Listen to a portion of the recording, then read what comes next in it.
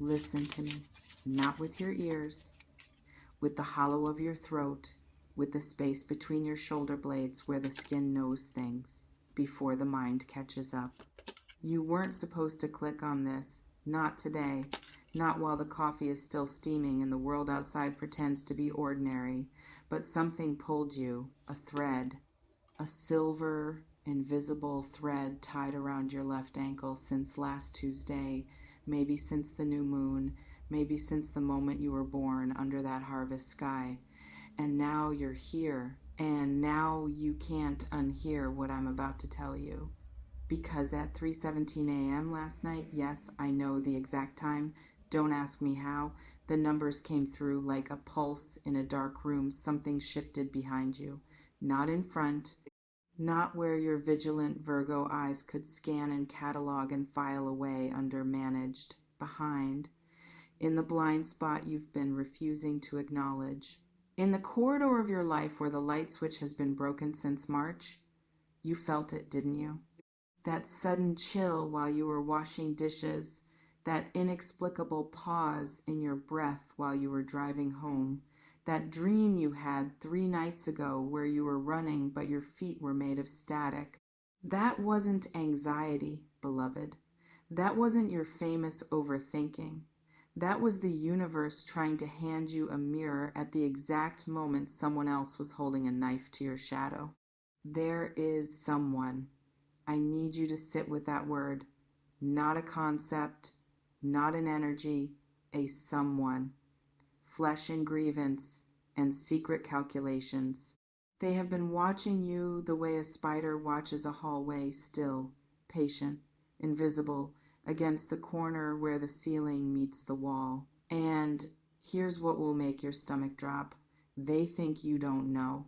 They believe, with the arrogant certainty of those who mistake silence for ignorance, that you are walking through your days completely unaware of the architecture they're building around your name. Brick by brick, lie by lie, a scaffolding of stories that don't belong to you, painted in colors you would never choose.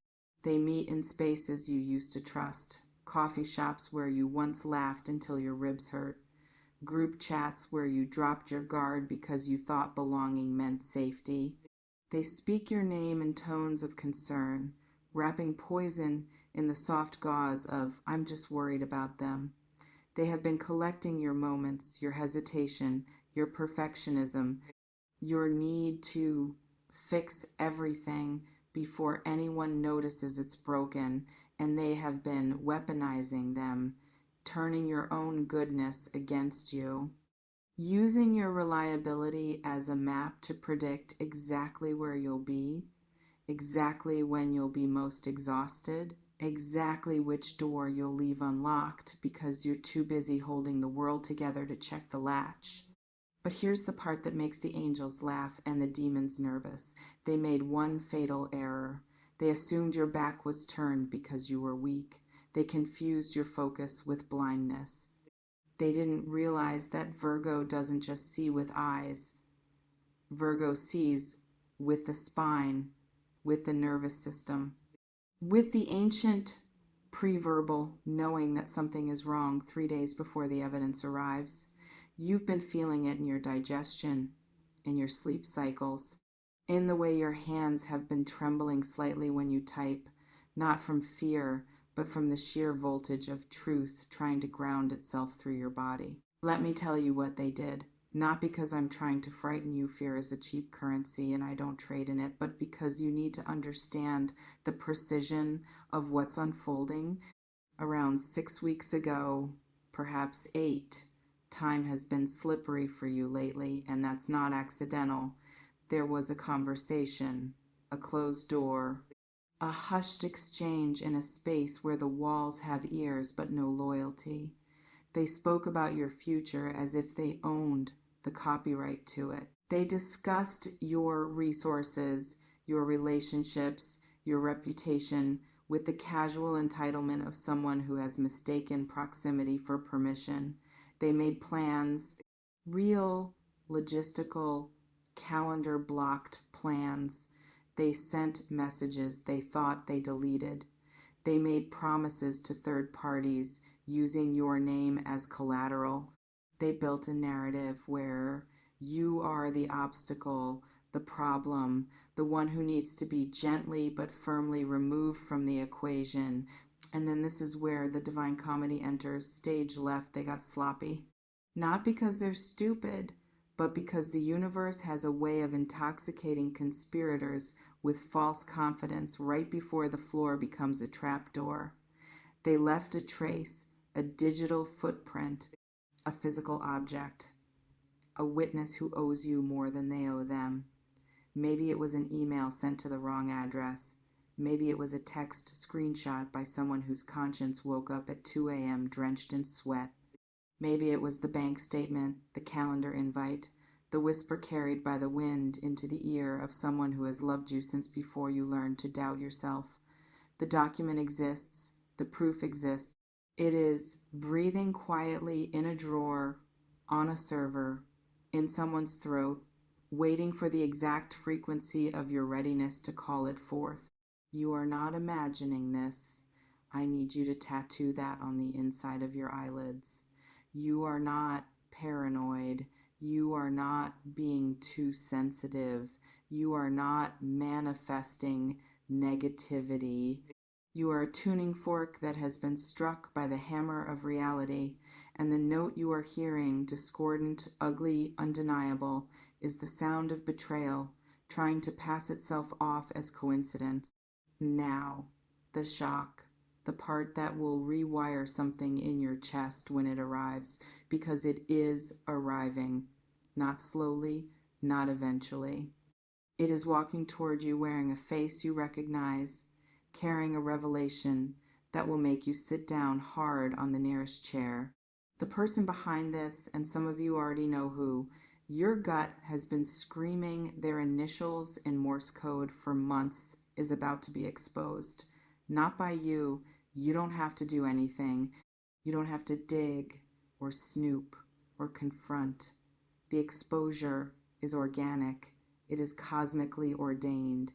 It is the inevitable result of planting seeds of deception in soil that belongs to the truth. They are going to slip in public in a way that cannot be spun, cannot be denied, cannot be gaslit into being your fault. Perhaps they will say something to the wrong person who happens to be recording. Perhaps their own accomplice will turn on them when the pressure becomes too heavy. Perhaps they will simply crack under the weight of their own performance, because maintaining a lie is the most exhausting labor a human can undertake, and they are exhausted, darling. They are so tired. You can see it if you look closely, the hollow eyes, the nervous laughter, the way they change subjects too fast when certain names come up. Their mask is held on with cheap tape and desperation, and the humidity of August is melting the adhesive. When it happens, when the facade crumbles and the room goes silent and everyone turns to look at you because somehow, impossibly, you are the only one who isn't surprised. You will feel something you haven't felt in years. Not vindication, that's too small. Not victory, that's too loud. You will feel the profound, oceanic relief of being believed without having to explain, of being seen without having to perform, of standing in your integrity while someone else drowns in the lake they dug for you. But wait, there's more, because the universe, in its infinite and often terrifying sense of humor, doesn't just expose the knife at your back, it also reveals the garden it was meant to protect. This is the part they never tell you in the stories about betrayal. Behind the backstabbing, behind the whisper campaign, behind the carefully constructed trap that is now snapping shut on its own architect, there is another current, another force, another something happening behind your back that has nothing to do with human malice and everything to do with divine orchestration. While you were looking forward, planning your steps, measuring your progress with your characteristic precision, the universe was conspiring in your favor, in the dark, in secret. In the spaces where you weren't paying attention because you were too busy surviving the present moment, someone has been speaking your name in rooms of power. Someone has been holding space for your talent in negotiations you didn't even know were happening. An opportunity, no. A constellation of opportunities has been forming in the exact same blind spot where the betrayal was festering. Like a medicinal plant growing wild in the shadow of a poisonous vine. This is the shock that will truly rearrange your furniture. The discovery that while one person was using your name to build a prison, three others were using it to build a bridge. That while you were being excluded from one table, you were being considered for another table so magnificent, so perfectly aligned with your soul's architecture, that if you had seen the blueprint too early, you would have sabotaged it with your own disbelief. The universe hid it from you not as punishment, but as protection. Because you needed to walk through this fire without knowing there was a throne waiting on the other side. The throne is real. The crown is being polished. The announcement is being drafted in ink made from the ashes of what is currently burning. 9/30/12. The body knew first. Let's talk about your body for a moment, because it has been the true prophet in this story, while your mind was busy doubting itself. Virgo rules the digestive system, the intestines, the gut, and your gut has been speaking in tongues for weeks. That persistent knot, that sudden intolerance for foods you used to enjoy, that sensation of something sitting heavy in your solar plexus, as if you swallowed a stone made of someone else's expectations. Your body was processing the betrayal before your consciousness could name it. Every cell in your being has been vibrating at the frequency of danger behind you, diverting energy from digestion to vigilance, from relaxation to preparation. And then there are the dreams. The ones where you're in your childhood home, but the rooms are rearranged. The ones where you're trying to make a phone call, but the numbers keep changing.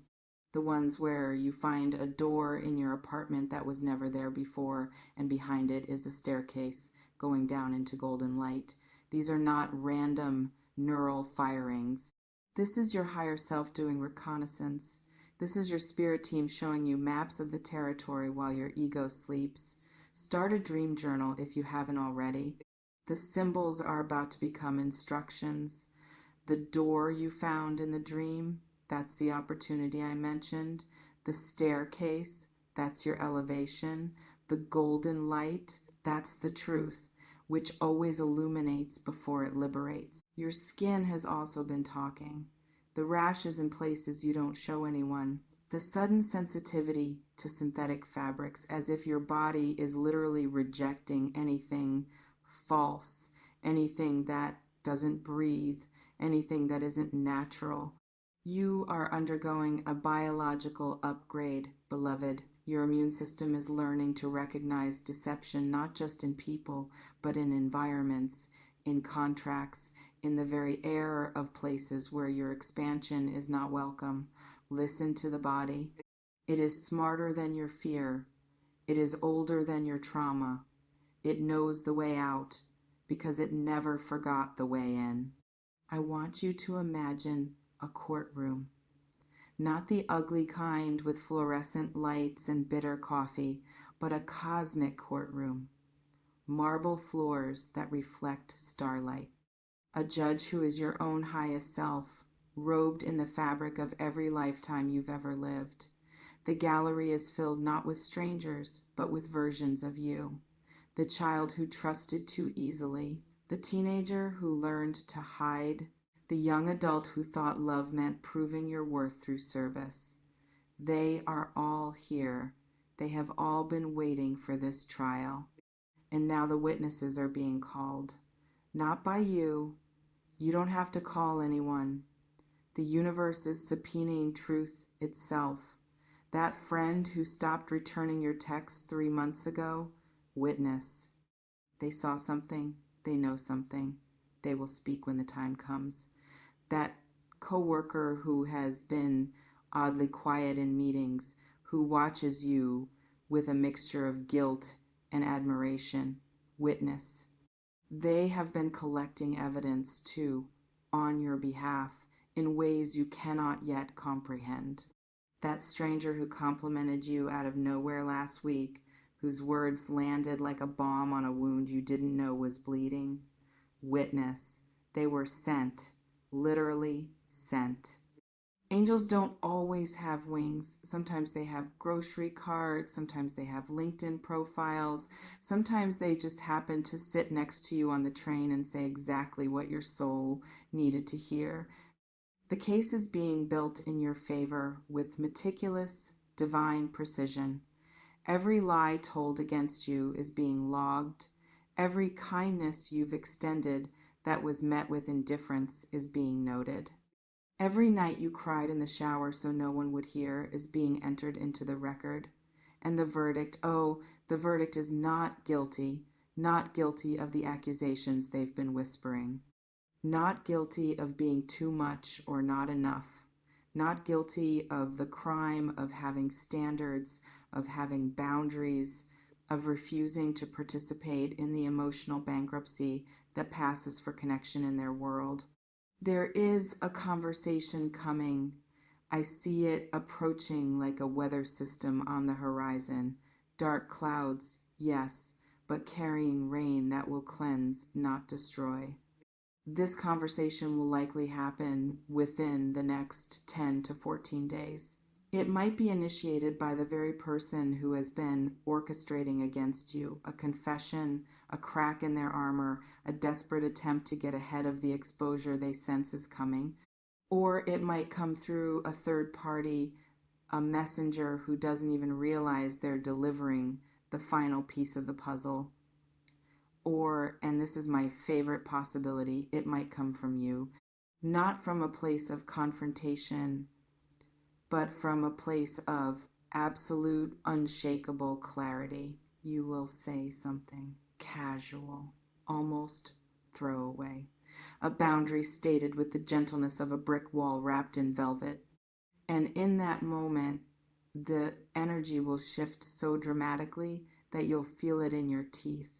Because what you don't yet realize is that your voice has changed frequency.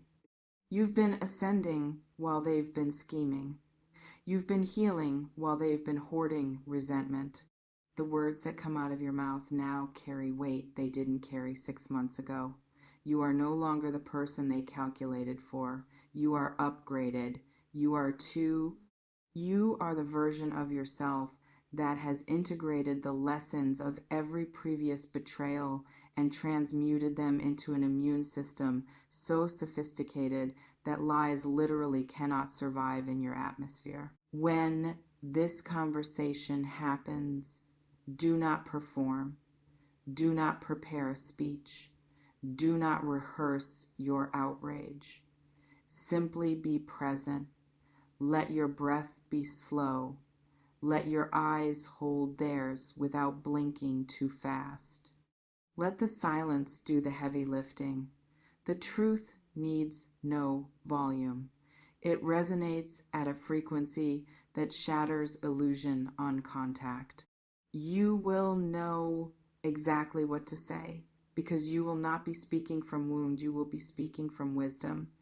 And wisdom, unlike rage, never misses its target. After the shock, after the revelation, after the conversation, after the dust settles and you find yourself standing in a landscape that looks familiar but feels entirely new, there will be a period of disorientation.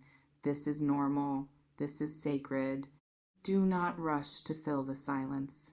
Do not rush to replace the people who are being removed from your orbit. The universe is currently Marie Kondoing your life, and some things that you thought sparked joy were actually just sparking anxiety. Let them go. Let the gratitude for their service be genuine, even if the service was teaching you what you will no longer tolerate. Your daily routines will need recalibration. The morning ritual that used to center you might feel hollow for a while because you were performing it as a version of yourself that no longer exists. The route you drive to work might suddenly seem wrong because your energy is no longer aligned with that trajectory.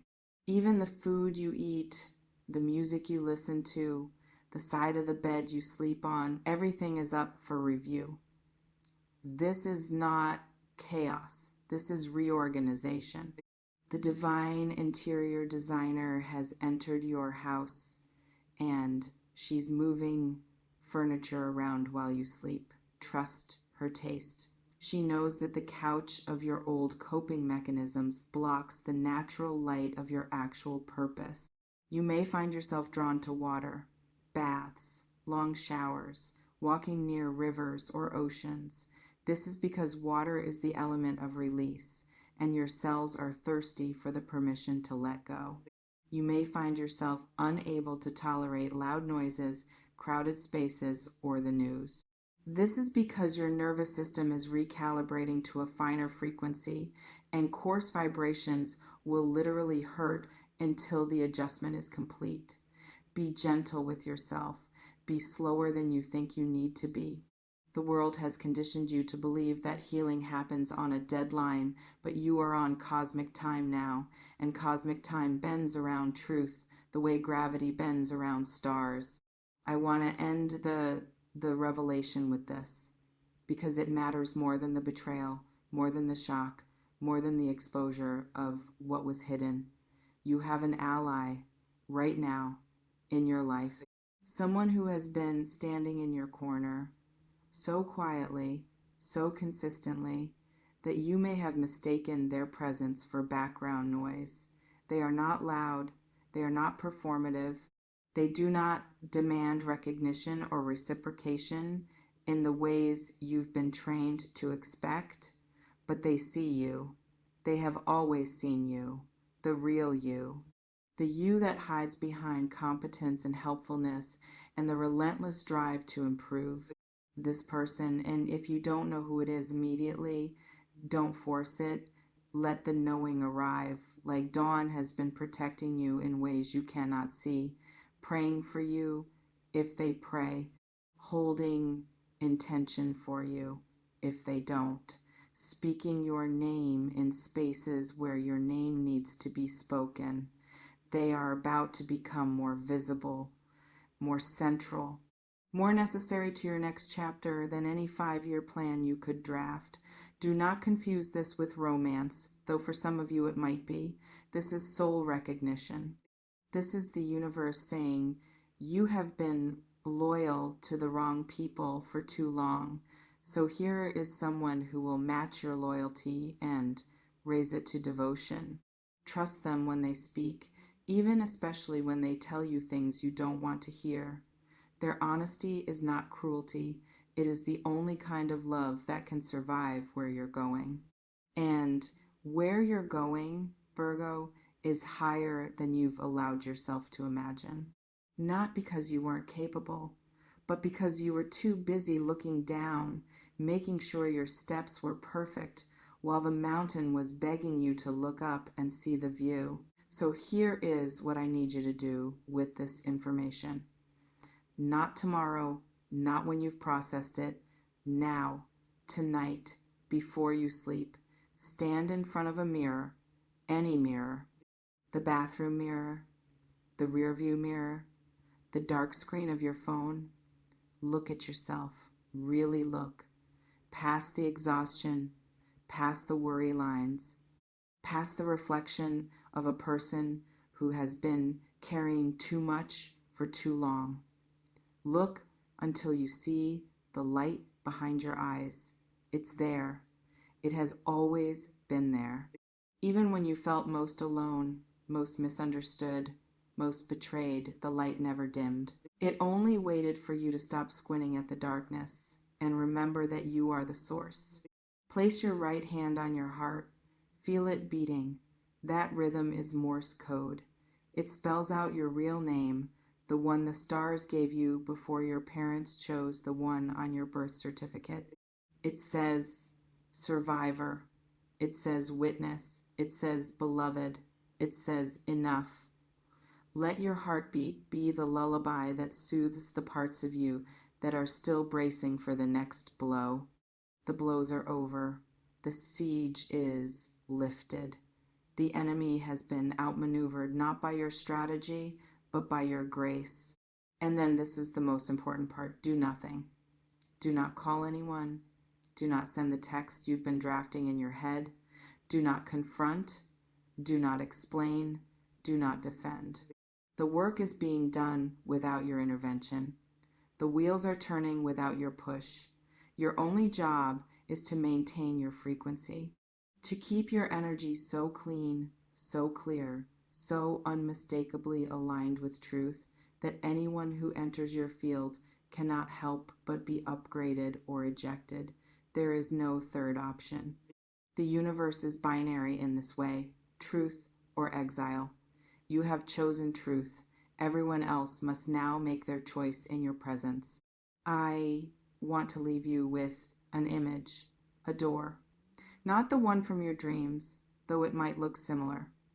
This door is made of oak, so old it remembers when the alphabet was new. It has no handle on the outside, only on the inside. It has been waiting for you to realize that you've been holding the key since before the betrayal began. The key is your willingness to walk away from anything that requires you to shrink, to lie, to perform, to beg. The key is your decision, and it is a decision, not a feeling that you would rather be alone and authentic than surrounded and fraudulent. On the other side of this door is a room. In the center of the room is a table. On the table is everything that was stolen from you, not the things. The things don't matter. The trust, the innocence, the ability to believe that if you were just good enough, helpful enough, perfect enough, no one would ever hurt you. It's all there. None of it was destroyed. It was just being held in escrow until you were ready to claim it. And you're ready now, not because the battle is over, but because you finally understand that the battle was never with them. It was with the part of you that believed their lies were more powerful than your truth. Walk through the door. Take what is yours. And when you turn around to close it behind you, don't look back with longing. Look back with the quiet satisfaction of someone who has finally, after lifetimes of preparation, learned the difference between a closed door and a sealed fate. Some doors close so that walls can fall. Some endings are just the floor dropping out from under the old you so that the new you can learn to fly. I don't know what you expected when you clicked on this. Maybe entertainment, maybe distraction, maybe a vague confirmation of a suspicion you've been nursing like a secret illness. But what you've received is an activation, a frequency adjustment, a reminder that you are not a victim of your circumstances. You are the author of your liberation. The person behind your back, they are about to become the footnote in a story so magnificent that future versions of you will barely remember their name. The opportunity being prepared in secret, it is about to become the headline. The shock, it will hurt for a moment, like ice water on a sleeping limb, and then you will feel everything. And feeling everything, Virgo, is the only way to heal everything. So go now. Live the next 24 hours as if you already know what I know, because you do. You always have. The information didn't come from me. It came through me. From the same place your wisdom comes from. The place before language, the place before fear, the place where you are still and always and irrevocably divine. When the shock comes, and it is coming, meet it with open palms, not clenched fists. When the truth arrives, and it is already on its way, receive it with gratitude, not grief. When the door opens, and it is opening, now walk through it with the full weight of your worth, not the ghost of your worry. You were never behind. You were never losing. You were just being prepared. And the preparation is over. The stage is yours. The light is warm. The audience that matters is already standing. Now go show them what truth looks like when it wears your face.